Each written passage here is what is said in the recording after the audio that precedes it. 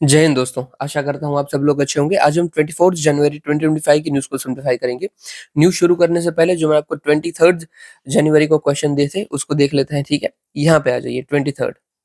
Again ये सारे के सारे पीवाईक्यू थे और हम इसको डिस्कस करते हैं, आपको समझ आ जाएगा कि कैसे हमें सॉल्व करना चाहिए कायदे से।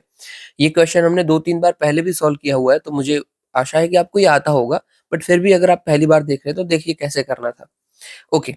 पूछा क्या गया है तो भाई पॉल्यूटेंट्स जो हमें ड्रिंकिंग वाटर में मिलता है, इतना सिंपल क्वेश्चन है। अभी आप सामान्य ट्रिक लगा के जाते ना, आप ऑल ही करते भाई कहीं ना कहीं तो मिलता होगा, राइट? पर यहाँ पे मिलता है वही बात नहीं है, यहाँ पे है पॉल्यूटेंट है कि नहीं और वो मिल रहा है कि नहीं। ओके। अभी ध्यान से ऑप्शन देखिए, तो भाई आर्सेनिक आपको पता है कि हाँ भाई ये तो पॉल्यूटेंट है, पर यूरेनियम का भी पता है कि हाँ भाई यूरेनियम भी पॉल्यूटेंट तो है, क्योंकि हम बोलते हैं ना कि भाई यूरेनियम कंटामिनेशन हो गया, यूरेनियम से ये हो रहा है, वो हो रहा है, एटसेट्रा एटसेट्रा। तो ये पॉल्यूटेंट तो है। तो जहां जहां पे भी हमें यूरेनियम मिलता है ना, सबसे पहले हम उसको हाँ बोलते रहते हैं कि भाई हाँ ये भी है, ये भी है। तो तीन तो बच गए, आप बोलोगे एक निकला, भाई तीन पड़े हुए हैं। एक सेकंड रुकिए। अभी देखो यहाँ पे जरा सा फोकस कीजिए दूसरे स्टेटमेंट पे, दूसरे ऑप्शन पे क्या बोला गया है? सॉर्बिटॉल। इसका नाम आपको कुछ शरबत जैसा लग रहा है, राइट? तो यस, ये होता भी मीठा ही है, जैसे शरबत मीठा होता है। ये होता है फ्रूट्स के अंदर में मिलता है। और ये किसके लिए होता है? तो स्वीटनेस प्रोवाइड करता है। ओके। अभी जैसे ही आप इसको निकालते हो ना, हमारा आंसर आ जाता है। सॉर्बिटॉल को आप रिमूव करो, तो ये 2 नंबर गया और यहाँ से भी 2 नंबर गया, तो हमारा आंसर क्या आ गया? 1, 3 एंड 5। अभी देखो उधर आया नहीं आया वो अलग बात है, बट हमें उधर करना क्या है कि आंख बंद करके यही नहीं सोचना है कि ऑल ही आंसर होता है, सारे के सारे होंगे। बस दिमाग खुला रखना है कि क्या पूछा गया है, ठीक है? फिर डिसीजन लिए, फिर आपको पता है नहीं पता है अलग बात है, पर आप ऐसे ही नहीं सोचोगे। आप जो भी सोचोगे उसमें लॉजिक होना चाहिए, ठीक है? ये सॉर्बिटॉल से आप कुछ सोच सकते थे। अभी देखो मैं आपको बताता हूँ कनेक्शन कैसे। ये ना क्वेश्चन कुछ 2015 या 16 ऐसा कुछ का है। अभी हम नीचे देखते हैं, ये क्वेश्चन है 2024 का। अभी देखो दोनों में कनेक्शन क्या है। यहाँ पे पूछा गया है कि फ्लोराइड, सॉरी फ्लोराइड क्या, फ्लोराइड। और हाँ, सिर्फ इतना ही नहीं था कि आपको ये भाई एक बार पूछ लिया तो पूछ लिया, आपको यूपीएससी के ऑप्शन भी देखने चाहिए। हमने कल भी मैंने आपको बताया था कि कैसे हमने सॉल्व किया था, ठीक है, लेग्यूम प्लांट वाला। अभी देख यहाँ पे ऑप्शन में था फ्लोराइड। अभी ये क्या लग रहा है आपको, किस केमिकल के थ्रू, मतलब किस एलिमेंट के नजदीक आपको लग रहा है? तो आपने सुना ही होगा फ्लोरीन, ठीक है, हटा एक सेकंड, सॉरी, फ्लोरीन। तो ये उसी का एलिमेंट होता है। और नीचे वाला ऑप्शन में देखिए यहाँ पे क्या लिखा गया है? पॉली। पॉली का मतलब क्या होता है? मल्टी। मतलब और कुछ नहीं है, सिर्फ मल्टीपल है। पॉलीगैमी जैसे होता है ना, मल्टीपल है इसके अंदर एलिमेंट्स। और फिर कौन सा वर्ड आता है? फ्लूरो। फ्लूरो अगेन किसका आता है भाई? फ्लोरीन से बनता है। मतलब अभी यहाँ पे हमें क्या पता चला कि पहले यूपीएससी ने पूछा था कि भाई कौन से पॉल्यूटेंट है। ओके, तो हमें पता चल गया कि हाँ भाई फ्लोरीन है। फ्लोरीन से जो भी कनेक्टेड है वो सारे के सारे पॉल्यूटेंट ही है, क्योंकि हमें पता है फ्लोरीन भाई पॉल्यूटेंट है। कैसे पता है भाई? एचएफसी आता है ना, हाइड्रोफ्लोरोकार्बन। ओके। अभी यहाँ पे क्या पता पूछा गया है कि पॉलीफ्लूरो अल्कलाइन सब्सटेंसेस। मेन तो इसमें हमें बस फ्लोरीन ही देखना था, फ्लूरो फॉर फ्लोरीन। अभी नीचे देखते हैं कि भाई ये कहाँ कहाँ पे मिलता है। भाई वाटर, फूड और फूड पैकेजिंग मटेरियल में हमने ऊपर ही देखा था ना, ये ड्रिंकिंग वाटर का पॉल्यूटेंट पूछा था, और यहाँ पे भी सेम टू सेम है, तो ये तो मिलता ही मिलता है। फर्स्ट को तो राइट ही करो। फिर भी दूसरा स्टेटमेंट है कि ये इजीली डिग्रेड नहीं होता है एनवायरमेंट के अंदर। तो हाँ भाई नहीं होता है। अभी देखो इसके लिए नॉलेज तो ठीक है, आपको करंट अफेयर अगर पता था ना, तो ये बहुत बार करंट अफेयर में आ चुका था, तो करंट अफेयर से भी पता चल सकता था। और अगर करंट अफेयर नहीं पता है, तो अगेन आपको यही पता है कि फ्लोरीन, तो एचएफसी, तो एचएफसी क्यों अभी बंद किया था? Kigali agreement, Montreal protocol. हमारी बात हुई थी ना कि भाई हाँ फ्लोरीन वाला है, ये भी नुकसान करता है, तो इसको भी बंद कर दो, क्योंकि ये भी जल्दी से डिग्रेड नहीं होता है एनवायरमेंट के अंदर। तो अगेन आपको ये भी आ सकता था। और एट लास्ट अक्यूमुलेशन करता है बायो, हर एक वॉल्यूटेंट अक्यूमुलेशन करता है, हर एक चीज अक्यूमुलेट होती ही है एनिमल बॉडी के अंदर। तो हाँ भाई ये भी सही था कि ये तो हर एक होता है, सिर्फ ये थोड़ी हर एक होता है। तो हमारा आंसर क्या था? 1, 2 एंड 3। अभी मैं यहाँ पे आपको ये सब बता क्यों रहा हूँ, क्यों जरूरी है? तो देखो, एक तो मैं आपको बता रहा हूँ कि लिंकेज कैसे हो सकती है, जो भी पीवाईक्यू है उसके साथ एक दूसरे में लिंकेज ऐसे पॉसिबल है। और दूसरा, ऑप्शन को सॉल्व कैसे करना है, आपको क्या उधर सोचना है। उधर डेफिनेटली आप देखोगे तो आपको सारा का सारा नॉलेज नहीं होगा, बट आपको फिर दिमाग लगाना होगा, और किस तरीके से लगाओगे वो मैं आपको बता रहा हूँ।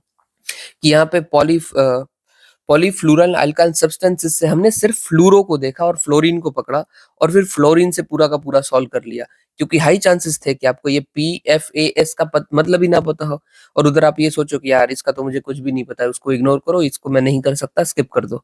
बट आपने थोड़ा ध्यान से देखा होता तो आपको आ जाता कि भाई फ्लोरीन ही है, फ्लोरीन का ही हमें देख के करना है और हो जाएगा कोई काम।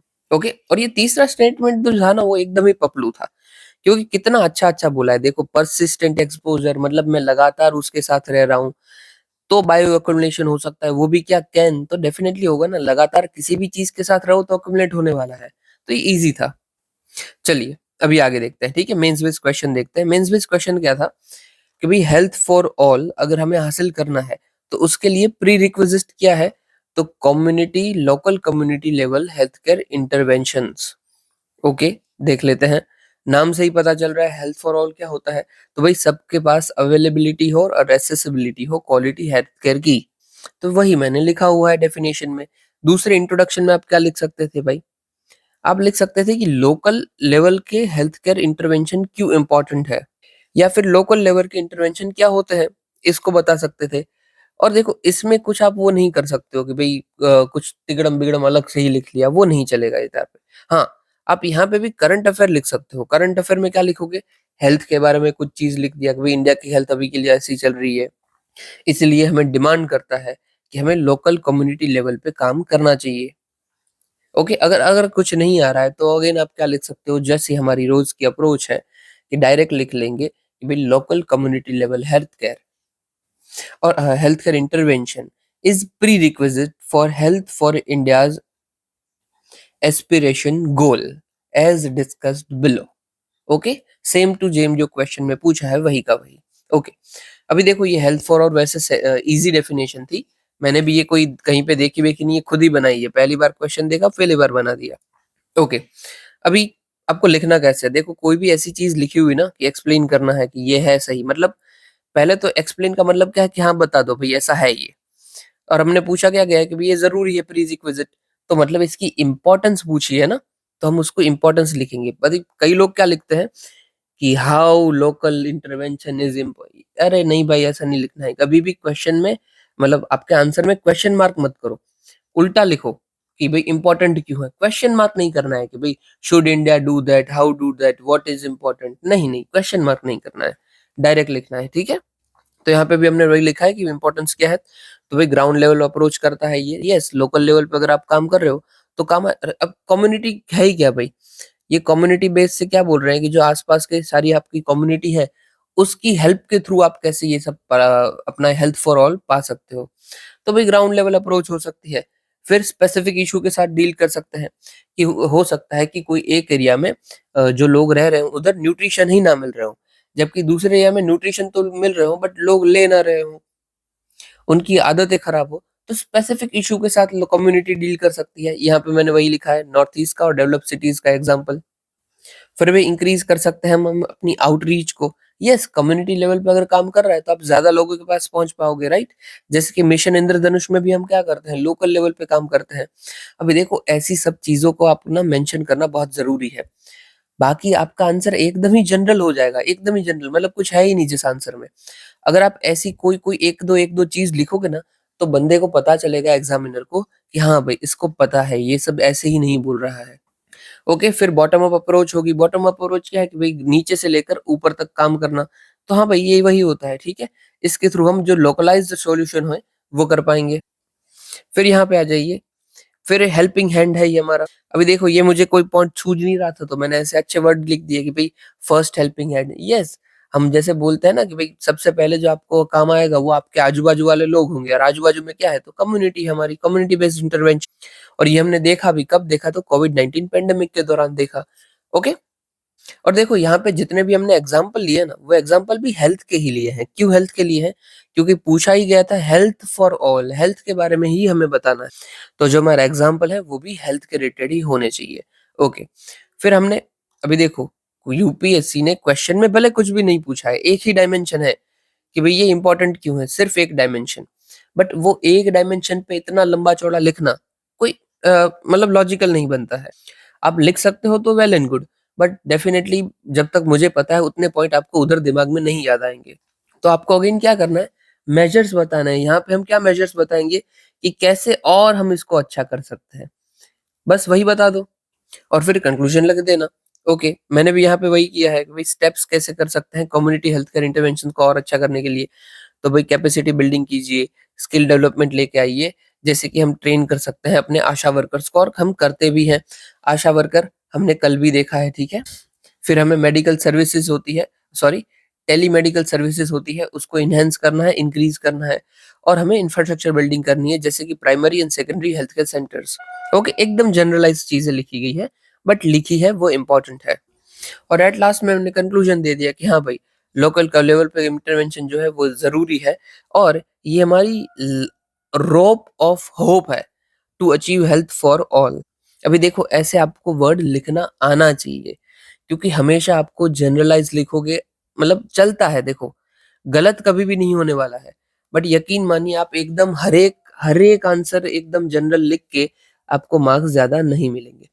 आपको हर एक क्वेश्चन में मतलब एटलीस्ट एक पेपर में आपको सबसे 3-4 मार्क्स ज़्यादा चाहिए। वो 3-4 मार्क्स ज़्यादा ही आपको इन टोटल आखिरी में 40-50 मार्क्स ज़्यादा देंगे और वो 40-50 मार्क्स ज़्यादा मतलब कि आपका टॉप बनना, ठीक है? तो यहाँ पे मैंने इन शॉर्ट लिखा क्या हुआ है कि ये हमारी आखिरी उम्मीद, सॉरी आखिरी तो नहीं, ये हमारी एक उम्मीद, यहाँ पे मुझे लिखना चाहिए था interventions are one of the one of the तो ज़्यादा अच्छा होता, बट ये भी चलेगा कि आर रोप ऑफ होप, कि हमारी ये उम्मीद की एक किरण है या फिर एक उम्मीद की हमारी एक रे है, जिसके थ्रू हम हेल्थ फॉर ऑल को हासिल कर पाएँगे। ठीक है? अच्छा दिख रहा है? और अभी देखो, क्या आप अभी ऐसा ही क्वेश्चन आएगा तो ही ये वर्ड लिखोगे क्या? बिल्कुल नहीं। आपको कोई भी क्वेश्चन पूछा जा रहा है, आप वहाँ पे लिखिए ना कि it is our rope of hope to achieve this और दैट, कहीं पे भी लिख दीजिए।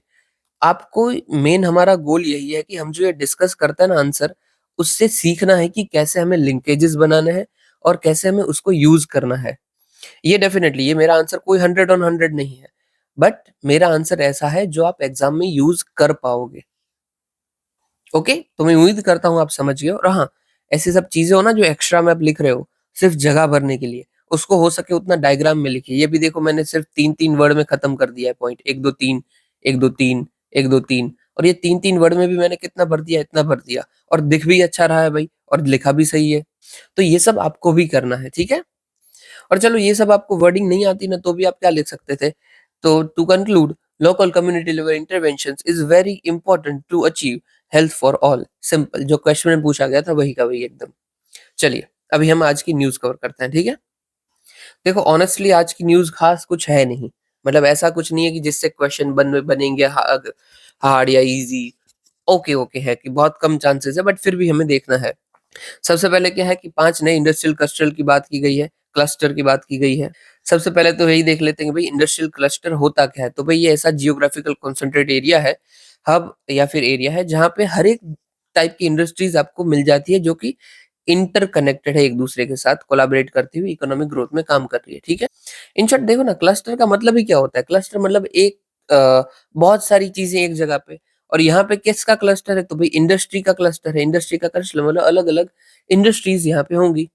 ओके, हम कौन-कौन सी इंडस्ट्रीज़ सॉरी क्लस्टर्स बना रहे हैं तो भई Kakinada cluster, Mundra cluster, Mumbai green hydrogen cluster, Kerala green hydrogen valley and Gopalpur industrial park. Okay, ठीक है। अभी देखो ये ज़रूरी है थोड़ा बहुत, क्यों ज़रूरी है? यूपीएससी ने 2018 में क्वेश्चन पूछा था कि इंडस्ट्रियल कॉरिडोर क्या होते हैं भाई? और उसका सिग्निफिकेंस क्या है? अभी कॉरिडोर में और क्लस्टर में कुछ ज़्यादा फ़र्क नहीं है। कॉरिडोर इन शॉर्ट क्या काम करता है भई? लॉजिस्टिक है वहाँ पे, यूटिलिटीज़ ज़्यादा है, इंडस्ट्रीज़ ज़्यादा है, उसको हम बोलेंगे कॉरिडोर और यहाँ पे क्लस्टर है। तो हो सकता है सेम तरीके से क्वेश्चन आ जाए, ठीक है? यहाँ पे जो आप लिख सकते हो, वही यहाँ पे लिख सकते हो क्योंकि ओवरलैपिंग करती है दोनों की चीज़ें। चैलेंजेस क्या-क्या है भई? इनहिबिट कर रहा है जो क्लीन एनर्जी इंफ्रास्ट्रक्चर डेवलपमेंट के लिए, क्योंकि ये जो क्लस्टर बना है उसका मेन मोटिव ही क्या था हमारा? ये देखो ग्रीन, ग्रीन तो मेन हम ट्रांज़िशन की ओर जा रहे हैं और इसमें हमें क्या-क्या चैलेंजेस मिल रहे हैं? भई ग्रीन प्रीमियम इश्यू है भई। मतलब कि भई जो हम ग्रीन एनर्जी से मतलब फॉसिल फ्यूल का यूज़ नहीं करते हैं ना, तो ये सब चीज़ें हमें महँगी पड़ती है। जैसे कि ग्रीन अमोनिया हमें 3 गुना ज़्यादा महँगा पड़ता है फॉसिल फ्यूल से। फिर फ्रेगमेंटेशन स्टैंडर्ड्स एंड सर्टिफिकेशन है, तो अराउंड 34 जितने सर्टिफिकेट्स हैं, जो कि ग्रीन हाइड्रोजन और उसके रिलेटेड बातचीत करते हैं। फिर हम स्ट्रॉन्ग डिमांड नहीं है हमारे यहाँ पे, गैप्स गवर्नेंस के अंदर है, प्रोटोकॉल्स और कंट्रोल्स की भी कमी है, ठीक है? तो सब नॉर्मल बात है, उसको हमें भगा देना है। ट्रांजिशनिंग इंडस्ट्रियल क्लस्टर इनिशिएटिव जो यहाँ पे ऊपर बात की गई है, वो क्या है भई? तो यूएनएफ ट्रिपल सी की सीओपी 26 ग्लासगो के अंदर हम लेके आए थे। 33 क्लस्टर हमने बनाने की बात की थी डिफरेंट 5 कंट्रीज के अंदर, सॉरी कॉन्टिनेंट्स के अंदर, और लार्जेस्ट कोलिजन है co-located companies and public institutions for reduce GHG, okay. और इसी इनिशिएटिव के अंदर ट्रांजिशन इंडस्ट्रियल क्लस्टर के अंदर ही हमने ये 5 क्लस्टर बनाने की बात की है, ठीक है। ओके, क्लीन एनर्जी इंफ्रास्ट्रक्चर को भी रैप अप हम कैसे कर सकते हैं?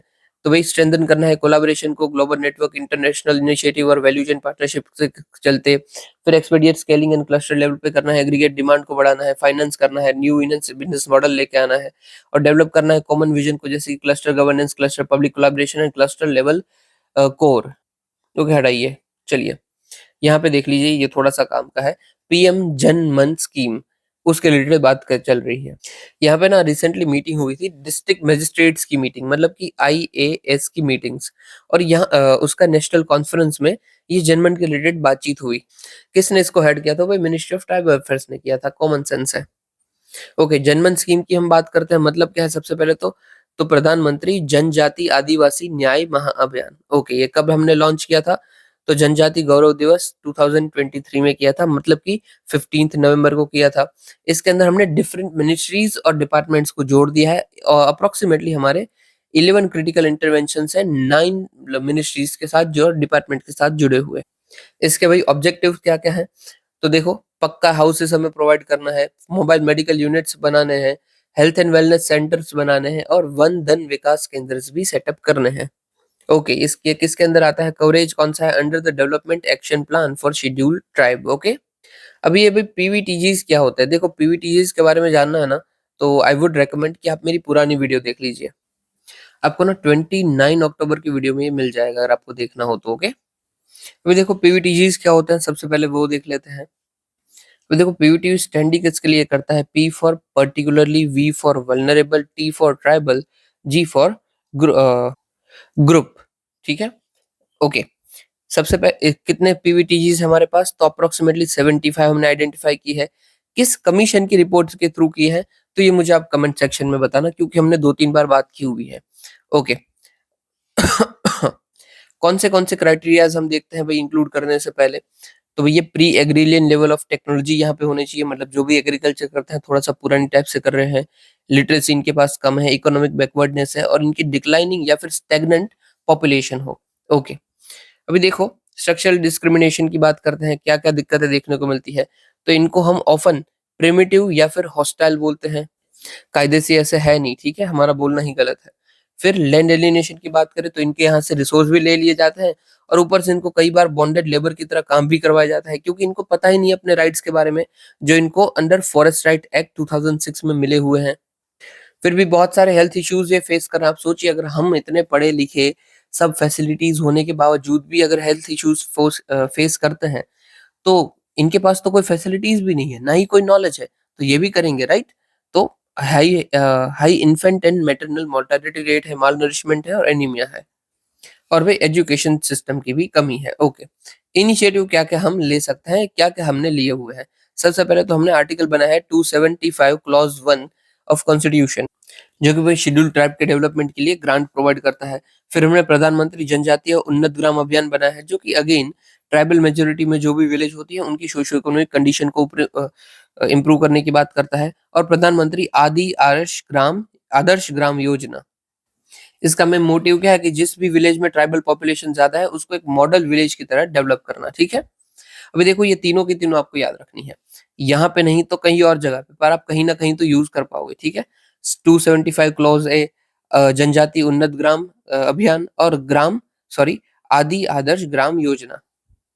क्यों याद रखना है? तो यूपीएससी ने 2016 में क्वेश्चन पूछ लिया है कि भाई शेड्यूल ट्राइब के बारे में थोड़ा सा बताइए, और कॉन्स्टिट्यूशन में क्या उसके बारे में अपलिफ्टमेंट के लिए बताया गया है वो भी बताइए भाई।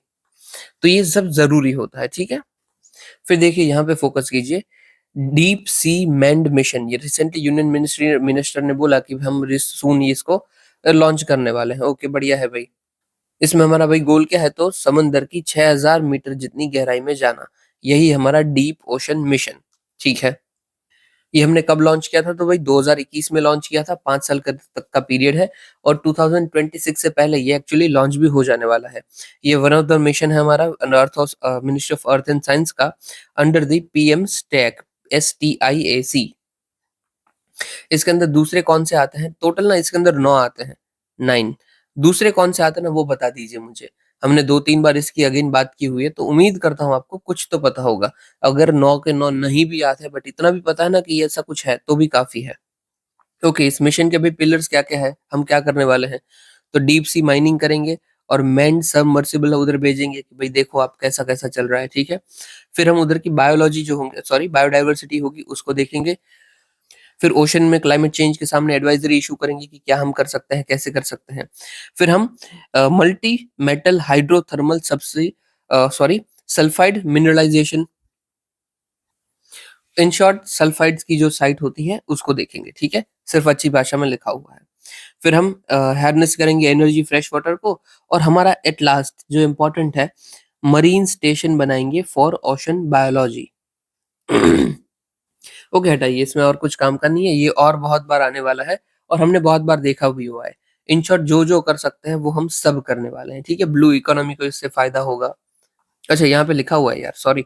ब्लू इकोनॉमी को यहाँ से फ़ायदा होगा, इंडिया की पोज़ीशन इंक्रीज़ हो जाएगी in ocean exploration, indigenous technology utilization होगा और हम टैप कर पाएँगे अपने वास्ट कोस्टल रिसोर्सेज़ को। ओके, अच्छी बात है। मेन इसका नाम क्या है वो तो मैं बताना ही भूल गया भाई, इसका नाम है समुद्रयान, ठीक है? फिर भाई इसको देख लीजिए, global financial system fragmentation, world economic forum की रिपोर्ट है। देखो नाम से ही पता चल रहा है, ये कुछ फ्रेगमेंटेशन की बात कर रहा है, ठीक है? बट किस फ्रेगमेंटेशन मतलब क्या, कि तितर-बितर हो जाना, इधर-उधर बिखर जाना, ठीक है? और यहाँ पे क्या फ्रेगमेंट हो गया है, तो ग्लोबल फाइनेंशियल सिस्टम फ्रेगमेंट हो गई है। ओके। ऐसा हमें क्यों देखने को मिला है, तो भाई टैरिफ बढ़ गए हैं, सैंक्शंस बढ़ गए हैं, एक्सपोर्ट के कंट्रोल्स हैं और सारी कंट्रीज प्रोटेक्शनिज्म की ओर जा रही है। ओके, रिसेंट ट्रेंड देख लेते हैं, क्यों हम बोल रहे हैं कि भाई फ्रेगमेंट हो चुका है हमारा ग्लोबल फाइनेंशियल सिस्टम। तो भाई economic tools and policies by state to achieve geopolitical goals, या फिर फॉरेन पॉलिसी और डोमेस्टिक ऑब्जेक्टिव्स, जैसे कि यूएसए क्या कर रहा है, अगर कोई भी पर्सन रशिया के साथ ट्रेड करता है तो उनको वो धमकी देता है कि हम आपके ऊपर भाई सैंक्शंस लगा देंगे, काटसा लगा देंगे। ये यूएस का सैंक्शन है। इसका फुल फॉर्म क्या है, काउंटर अमेरिकन एडवर्सरीज, ऐसा कुछ है, काउंटर अमेरिकन एडवर्सरीज, और टीएस का through sanctioning act, yes. Okay, तो अमेरिका भी क्या कर रहा है भाई, इकोनॉमी का यूज कैसे लेकर रहा है, फॉरेन पॉलिसी के ऑब्जेक्टिव को मैच करने के लिए। फिर राइजिंग मल्टीपोलरिटी है, कि अभी कोई एक पावर नहीं रही है, जैसे कि डॉलर का यूज ही लगातार कम होता जा रहा है। हम खुद बोलते हैं ना कि इंटरनेशनलाइजेशन ऑफ रूपी करना है। अब सोचिए 1999 में डॉलर पूरे वर्ल्ड में जो ट्रेड होता है उसमें यूज होता था 71%, वो घट के 58% तक आ गया है। ये हमें दिखता है कि डी डॉलराइजेशन हो रहा है, इसीलिए ट्रम्प भैया ने धमकी दी थी कि अगर डी डॉलराइजेशन जैसा कुछ आप करते हो तो हम आपके ऊपर बहुत बड़े टैरिफ लगा देंगे, ठीक है? ब्रिक्स कंट्रीज को धमकी दी थी। ओके, फिर जियोपॉलिटिकल टेंशंस भी आए हैं, जैसे कि कोविड-19 हमें देखने को मिला, वेड इन चाइना के सामने हमें रिलक्टेंस देखने को मिला। और मेन तो क्या है भाई, कोई भी दिक्कत होती है तो जो डब्ल्यूटीओ जैसी इंटरनेशनल बॉडीज है हमारी बड़ी-बड़ी, वो कुछ काम कर ही नहीं पाती है भाई, unable to issue the decisions.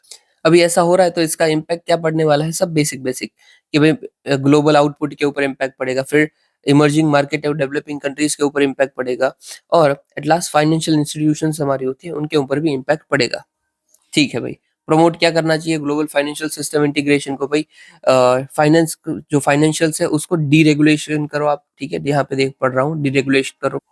फिर टेक्नोलॉजी का रोल लेके आओ, जैसे कि रियल टाइम ग्रॉस सेटलमेंट, और नई-नई अपनी इंस्टीट्यूशंस में अरेंजमेंट या फिर एग्रीमेंट साइन करो, जो कि हम डब्ल्यूटीओ के अंदर करते हैं, ठीक है? या फिर ऐसी ऑर्गेनाइजेशन नई बनाओ।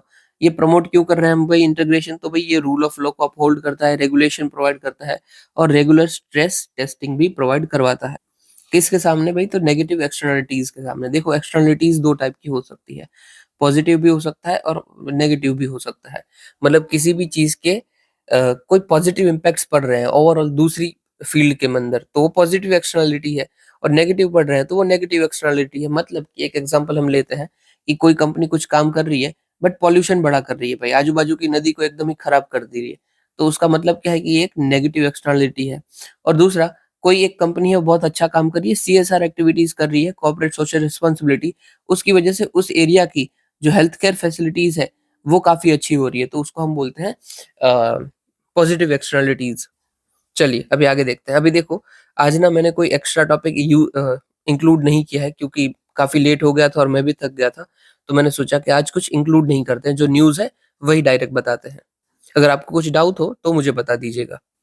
अभी भी नेक्स्ट है कि ग्लोबल प्लास्टिक एक्शन पार्टनरशिप, इसको रिसेंटली नई 7 कंट्रीज़ ने जॉइन कर लिया है, इसलिए न्यूज़ में था। 7 कंट्री कौन-सी है? तो Angola, Bangladesh, Gabon, Guatemala, Kenya, Senegal and Tanzania. अभी नाम से ही पता चल रहा है प्लास्टिक एक्शन में ये क्या करने वाले होंगे, तो प्लास्टिक पॉल्यूशन को कम करने वाले होंगे। ईज़ी। ये क्यों ज़रूरी है भाई? तो देख लीजिए, ओईसीडी की रिपोर्ट के अकॉर्डिंग 2000 से लेकर अब तक हमने प्लास्टिक का जो वेस्ट होता है उसको डबल कर दिया है ऑलमोस्ट। और इसमें से भी सबसे लार्जेस्ट इमिटर कौन है भाई? तो इंडिया है लार्जेस्ट इमिटर इन 2024। और देखो नुकसान की बात क्या है कि जितना भी प्लास्टिक जनरेट होता है ना, उसमें से सिर्फ हम 9% जितना ही प्लास्टिक वेस्ट को रिसाइकल कर पाते हैं और सिर्फ 19% जितने को ही इंसिनरेटेड कर पाते हैं। इंसिनरेट मतलब क्या होता है? तो मतलब इंसिनरेशन करना। And what is incineration? तो भाई कोई भी वेस्ट है उसको आप बहुत ही ज्यादा टेम्परेचर में अगर जला देते हो, खत्म कर देते हो, तो इंसिनरेशन होगा। ठीक है, आपको इसमें याद क्या रखना है, इंसिनरेशन का अगर क्वेश्चन आता है तो भाई ये इसके लिए आपको ऑक्सीजन की ज़रूरत पड़ती है, ठीक है? टेम्परेचर इसका मोर देन 1000 जितना होगा या फिर 1000 ही होगा। और इससे क्या आ सकता है? तो भाई आपका ऐश आ सकता है, फ्लू गैस आ सकता है, एटसेट्रा, ठीक है?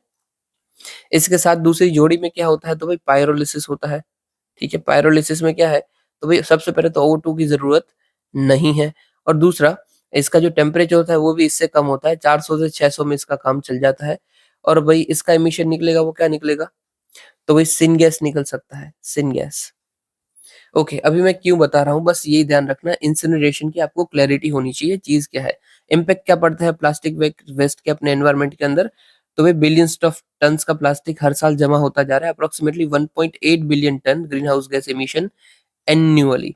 हेल्थ के ऊपर माइक्रो प्लास्टिक हमारे अंदर चले जाते हैं, हमारी बॉडी के अंदर भी मिले हुए हैं। इकोनॉमी के अंदर टूरिज्म, फिशरीज, एग्रीकल्चर सेक्टर में भी इसका इम्पैक्ट पड़ता है। ओके, इंडिया ने प्लास्टिक कंट्रोल के लिए क्या मेजर्स लिए हैं? तो प्लास्टिक वेस्ट मैनेजमेंट टू 2016 हम लेके आए हैं और हमने national circular of economic road map issue किया है for reduction of plastic waste in India. और ये जो प्लास्टिक वेस्ट मैनेजमेंट रूल है ना, वहां पे हमने बोला है एक्सटेंडेड प्रोड्यूसर रिस्पॉन्सिबिलिटी, मतलब कि जो बंदा प्लास्टिक का प्रोडक्शन कर रहा है वही कंपनी की रिस्पॉन्सिबिलिटी है कि उसको रिसाइकल भी किया जाए और उसके फुटप्रिंट्स को कम किया जाए। ओके, फिर देखो हमारी Indus valley treaty, sorry Indus valley क्या बोल रहा हूँ, इंडस वाटर ट्रीटी हमारी न्यूज में थी जो कि 1960 में साइन हुई थी बिटवीन इंडिया एंड पाकिस्तान। देखो इंडस नाम से ही पता चल रहा है ना, नदी की बात चल रही है। और ये जब साइन हुई तो इसके में मीडिएट कौन किया था? तो वर्ल्ड बैंक मीडिएट किया था नदी के बारे में। ओके, क्या क्या बात हुई? देखो इंडस रिवर ट्रीटी है, सॉरी इंडस जो रिवर सिस्टम है, यहाँ पे फोटो में देख लेना, यहाँ पे 6 नदियां मेजरली आती है, इंडस, झेलम, चेनाब, सतलज, बियास, रावी। अभी किसने कौन सी रखी? तो 6 नदी थी, तो हमने बोला कि भाई ऊपर वाली जो नदी है मतलब कि CJI, Chenab, Jhelum, Indus, CJI हमारे होते हैं ना कोर्ट में, तो CJI का पानी रखने के लिए हम परमिशन देते हैं पाकिस्तान को, ठीक है? और बाकी का जो है सतलज, बियास और रावी, वो इंडिया अपने पास रखेगा, उसमें कुछ भी कर सकता है। तो क्या CJI में कुछ नहीं कर सकते हैं? सब कर सकते हैं बट लिमिटेड। ओके, ऐसा ना हो कि आप इतना बड़ा ब्रिजेस बना दिए, ब्रिजेस का डैम्स बना दिए कि पाकिस्तान के पास पानी ही नहीं पहुंच रहा है, तो ऐसा नहीं हो सकता है। ये जो ट्रीटी हमने बनाई क्यों थी भाई? तो हम डिस्प्यूट सेटल कर पाए उसके लिए। इसके अंदर 3 मैकेनिज्म ने बनाए हैं। सबसे पहला है परमानेंट, यार क्या कर रहा हूँ मैं? पहला है परमानेंट इंडेक्स कमीशन, जो कि शुरुआती फेज में काम आता है, डायरेक्ट नेगोशिएट कर लो एक दूसरे के साथ। फिर है न्यूट्रल एक्सपर्ट, कि भाई डायरेक्ट से आप नहीं कर पाए हो तो तीसरा कोई एक्सपर्ट बीच में ला देते हैं, वो बात करवा देगा। फिर और तीसरा आता है कोर्ट ऑफ आर्बिट्रेशन, की ऊपर के 2 में से अगर आपका सॉल्यूशन नहीं निकला है तो तीसरे में जाएंगे कोर्ट ऑफ आर्बिट्रेशन में और हम अपना कंक्लूजन निकालेंगे, ठीक है? अभी के लिए डिस्प्यूट क्या चल रही है भाई? तो इंडिया ने ना किशनगंगा और रेटल हाइड्रो पावर प्रोजेक्ट बनाए हैं और इसके थ्रू पाकिस्तान आपत्ति दिखा रहा है कि भाई ये ठीक नहीं किया, ये वो। और फिर ये मतलब डिस्प्यूट को लेके गया था और जो न्यूट्रल एक्सपर्ट्स हैं उन्होंने बोल दिया इंडिया के फेवर में। पाकिस्तान बोल रहा है कि नहीं भई हमें कोई ज़रूरत नहीं है। इंडिया के फेवर में सॉरी बोला नहीं, इंडिया बोल रहा है कि हमें न्यूट्रल एक्सपर्ट्स के साथ जाना चाहिए, जबकि पाकिस्तान बोल रहा है नहीं, नहीं भाई मुझे कोर्ट ऑफ आर्बिट्रेशन के पास ही जाना है, ठीक है? हटाइए ये सब हमारे काम का नहीं है, मेन हमें यही याद रखना है कि इंडस वाटर ट्रीटी के अंदर किसकी रिवर कौन-सी है, ठीक है? सीजेआई और एसबीआर। तो भाई इस ट्रीटी के फ़ायदे क्या हो जाते हैं भाई? नॉर्मल फ़ायदे हैं कि भाई सबसे पहले तो इकोलॉजी की बैलेंस हो जाएगी क्योंकि ये क्लाइमेट चेंज से लड़ने में, वाटर स्कार्सिटी पे लड़ने में हमारी मदद करेगा। फिर मैक्सिमम वाटर अवेलेबिलिटी हमें मिल सकती है और डेवलपमेंट हम कर सकते हैं और सक्सेसफुल थर्ड पार्टी कन्वल्यूशन के थ्रू हम कॉन्फ्लिक्ट को प्रिवेंट कर सकते हैं, ठीक है? और देखो हल्का-सा मैं यहाँ पे बता देता हूँ कि ये जो हमने पार्टीशन किया है सीजीआई और एसबीआर का, तो ये सतलज बियास रावी है, इसका तो इंडिया को 100% शेयर मिल जाता है और जो सीजीआई है, उसमें से हमें 20% मिल जाता है, ठीक है? बाकी का 80% जाता है पाकिस्तान के पास, मतलब कि हम 20% जितना तो वाटर यूज़ कर ही सकते हैं, तो हम उस 20% में किशन गंगा और रेटल भी बना सकते हैं, ओके? चलिए अभी हम शॉर्ट न्यूज़ देख लेते हैं। सबसे पहले एनिमी प्रॉपर्टी। तो भाई कोई भी ऐसी कंट्री है पाकिस्तान, चाइना जैसी जो हमारे सामने एग्रेशन कर रही हो, अगर वो कंट्री का कोई सिटीज़न है या फिर उसके साथ कॉन्टैक्ट रखने वाला कोई व्यक्ति है, तो उसको भी हम बोलते हैं एनिमी, ठीक है? और इसी में हम डिस्कस करते हैं एनिमी प्रॉपर्टी एक्ट और जो ये एनिमी शख्स होता है उसकी प्रॉपर्टी को हम एनिमी प्रॉपर्टी बोलते हैं, ठीक है? अभी ना इन शॉर्ट रूल के बेस पे हमने इसको 2017 में एक्सपेंड किया था कि कोई भी पर्सन जो इंडिया का एनिमी है, ठीक है? इंडिया का एनिमी है या फिर इंडिया का एनिमी था और उसका कोई लीगल हेयर है, मतलब कि समझ लीजिए 1950 में कोई अपने पाकिस्तान का पर्सन था और उसका अभी लीगल है, हो सकता है वो पाकिस्तान का सिटीज़न ना भी हो, वो अभी सिटीज़न हो अमेरिका का, ठीक है? यूएसए का। बट फिर भी हम क्या बोलेंगे कि ये एनिमी का ही बेटा है, तो उसकी प्रॉपर्टी भी हमारी एनिमी एलियन की प्रॉपर्टी है। या फिर वो भी पर्सन जिसने अपनी नेशनैलिटी चेंज कर ली है, पाकिस्तान से वो हो सकता है मेक्सिको का हो गया हो, बट फिर भी वो रहेगा तो एनिमी ही, ठीक है? मतलब कोई भी रूट से अगर आप एनिमी से कनेक्ट हो रहे हो, तो आप एन की जो प्रॉपर्टी है, वो एनिमी एलियन की प्रॉपर्टी कहलाई जाएगी। ओके, बाजू में आ जाइए। अभी ये एनिमी प्रॉपर्टी क्यों था पता है? कुछ ये सैफ अली खान की प्रॉपर्टी ना उसका कुछ एनिमी एलिय प्रॉपर्टी के साथ कनेक्शन है, मुझे पता नहीं है इतना बट कुछ तो है। फिर है ग्लोबल इन्वेस्टमेंट ट्रेंड, तो भाई इन्वेस्टमेंट का जो ग्लोबली ट्रेंड है, वो हमें ओवरऑल बढ़ने को मिला है। भाई ग्लोबल एफडीआई जो है वो 11% जितनी राइज़ की है। हाउएवर 8% जितना फेल हुआ है इन अगर आप जो अपनी यूरोपियन कंट्रीज़ है उसको ये हटा देते हो ना तो, बट ये ज़रूरी नहीं है उसको हटाइए। एफडीआई डेवलप्ड कंट्रीज़ के अंदर डिक्लाइन हुई है बाय 2% जितना, ये लगातार दूसरी बार ऐसा हमें देखने को मिला है। फिर एसडीजी के अंदर जो पैसा मिलता है वो भी ड्रॉप हुआ है 11% जितना। हालाँकि इंडिया ने शो किया है 30% जितना rise in FDI for and growth in greenfield projects. Okay, ये किसकी रिपोर्ट थी? तो यूएनसीटेड की रिपोर्ट थी। अब ये हमें काम क्या आएगी? देखो डायरेक्ट तो क्वेश्चन नहीं आ सकता है प्रीलिम्स में, बट अगर मेंस में कुछ क्वेश्चन आता है, कोई भी क्वेश्चन हो इकोनॉमी से रिलेटेड, तो वहाँ पे हम यूज़ कर सकते हैं।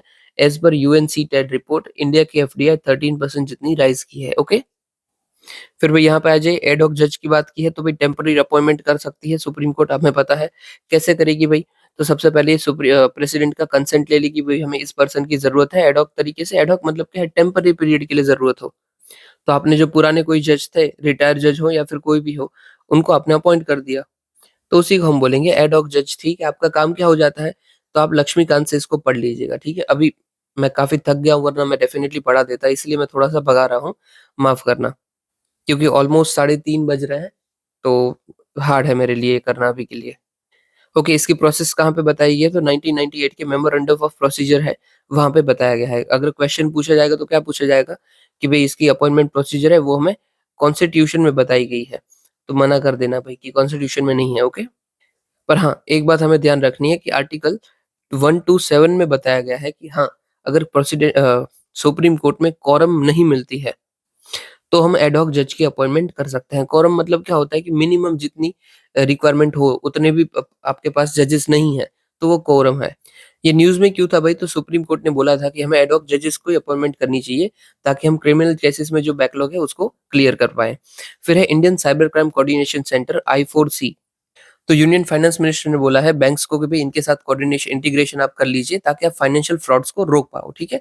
I4C हमें पता है क्या काम करता है, तो साइबर फ्रॉड्स होता है, उसको रोकता है। कौन से मिनिस्ट्री के अंदर आता है? तो मिनिस्ट्री ऑफ होम अफेयर्स के अंदर आता है। देखो ये गलती मत करना।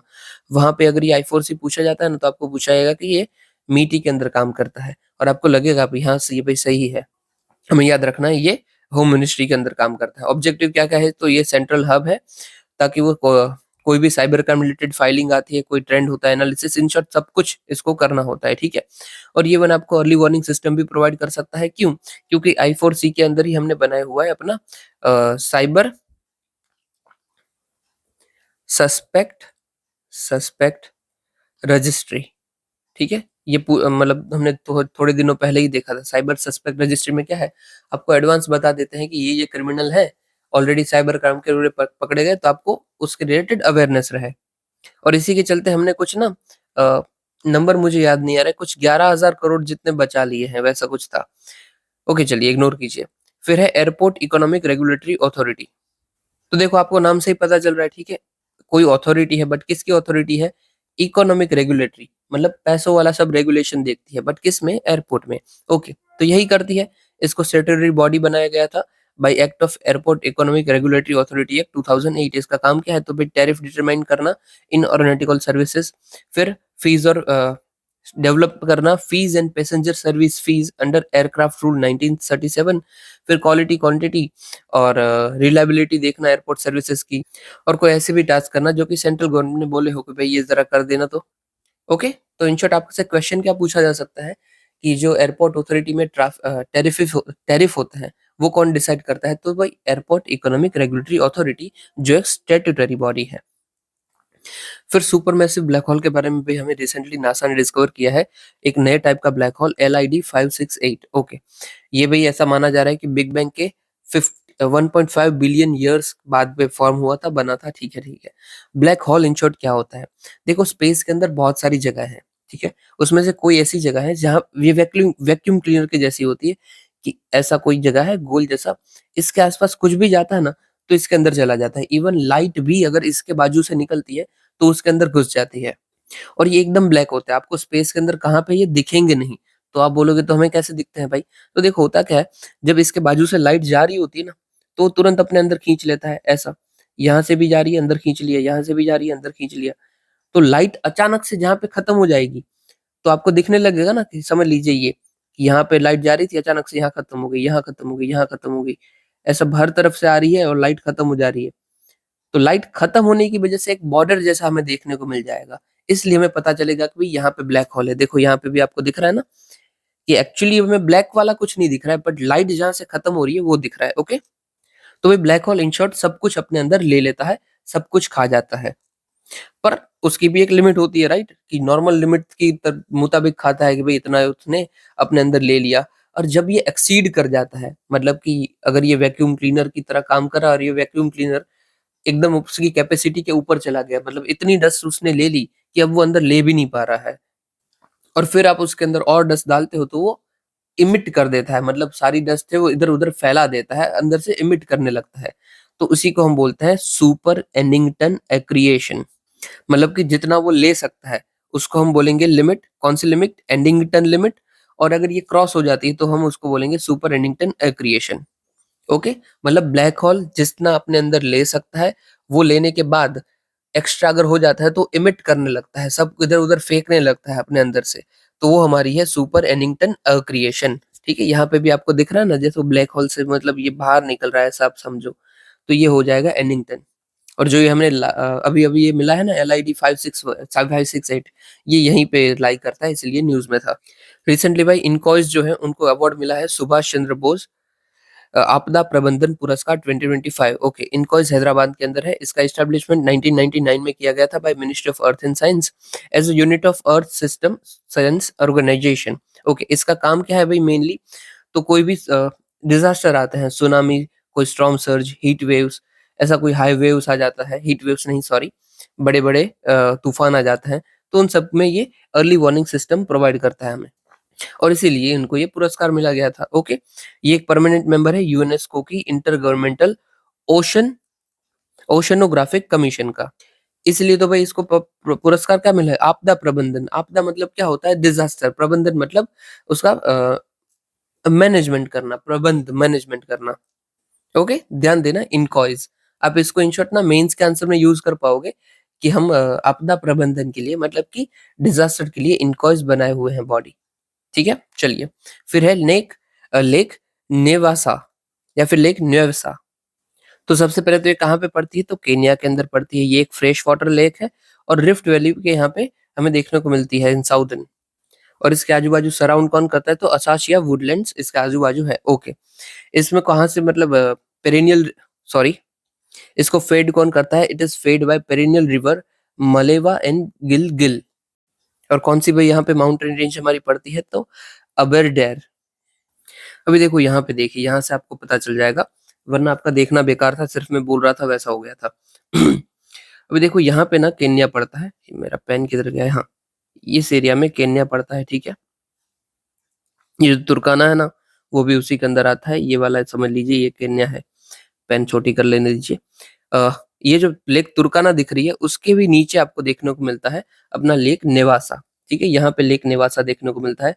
इसके आजू बाजू हमारे वुडलैंड्स देखने को मिलते हैं। ये है असासिया वुडलैंड, ठीक है, पूरे आजू बाजू वुडलैंड है। फिर जो मैंने आपको रिवर बताई गिलगिल और मरीबा, वो आपको यहाँ पे देखने को मिल जाएगा इसके ऊपर वाले एरिया में। और जो मैंने आपको अपना माउंटेन्स बताया, अबरदेर, अबरदेर ये भी माउंटेन यहाँ पे देखने को मिलता है, अबरदेर माउंटेन, ठीक है। डन है। अभी मैं उम्मीद करता हूँ आपको याद रहेगा, एक बार फिर से मैं बता दूं, तो ये वाला केन्या है, यहाँ पे अपना लेक न्यासा है, इसके आजू बाजू आपको उसका असासिया वुडलैंड देखने को मिलते हैं। इसके ऊपर आपसे ये रिवर जाती है जो हम गिदगिल और मलेवे की बात करते हैं, और इसी के ऊपर हमारे जाते हैं अब्देलवेर माउंटेन रेंज। ये मैं जोर दे के क्यों बता रहा हूँ, क्योंकि यूपीएससी ने छोटे छोटे माउंटेन रेंजेस 2 बार पूछ लिए हैं। अफ्रीका की तो ऑलमोस्ट कोई ऐसी लोकेशन नहीं होगी जो यूपीएससी को पसंद ना हो, बहुत बार पूछता है। जैसे फ्रांस में वो छोटी सी माउंटेन रेंज है, वॉजेस माउंटेन रेंज, अगर वो पूछ सकते हैं, तो पॉसिबल है कि ये भी पूछ लें अबरदेर। ओके, तो हमने अभी याद रहेगी, केन्या में पड़ती है, और वो मैंने पूरा बता दिया है किस तरीके से पड़ती है। ओके, यहाँ पे आ जाइए। ये एक वेटलैंड, सॉरी, रामसर साइट भी है, ठीक है, वेटलैंड के लिए जो इम्पोर्टेंट हम मानते हैं। और यहाँ पे ना कोई आउटलेट नहीं है, फिर भी ये हमेशा फ्रेश रहती है। न्यूज में क्यों था, तो यहाँ पे हमें recently water hyacinth invasive species है, ये काफी ग्रो हो रही है, जिसकी वजह से उधर का फिशरी सेक्टर है वो डाउन जा रहा है, और फार्मर्स को दिक्कत हो रही है उधर के। ओके, वाटर हाइसिंथ क्या होता है, ये आपको जो ग्रीन ग्रीन दिख रहा है ना, ये वाटर हाइसिंथ है।